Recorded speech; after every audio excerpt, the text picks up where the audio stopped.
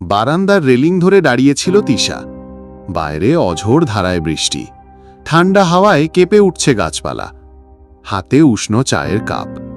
বৃষ্টির শব্দ আর ধোঁয়াটে কাঁচের ওপার থেকে ভেসে আসা শহরের আবসা ছবি মনটাকে ডুবিয়ে দিচ্ছিল কোনো এক বিষণ্ণ মধুরতায়।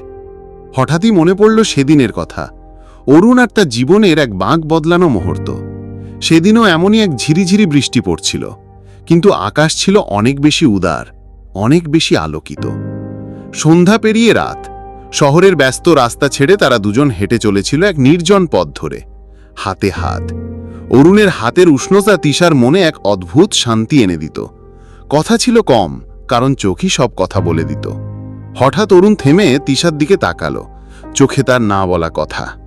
তিশা শুধু হাসল, তার হাতটা আরো শক্ত করে ধরল। অরুণ ফিসফিস করে বলেছিল, যদি সব রং ফুরিয়ে যায়, তবুও কি এভাবে ধরে থাকবে? তিশা উত্তরের বদলে অরুণের চোখে চোখ রাখল।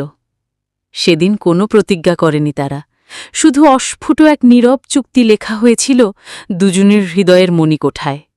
ভালোবাসা মানে শুধু প্রাপ্তি নয়, ভালোবাসা মানে একে অন্যের পাশে থাকার অটুট বিশ্বাস, সব ঝড়ঝাপটা পেরিয়ে একসঙ্গে চলার সাহস।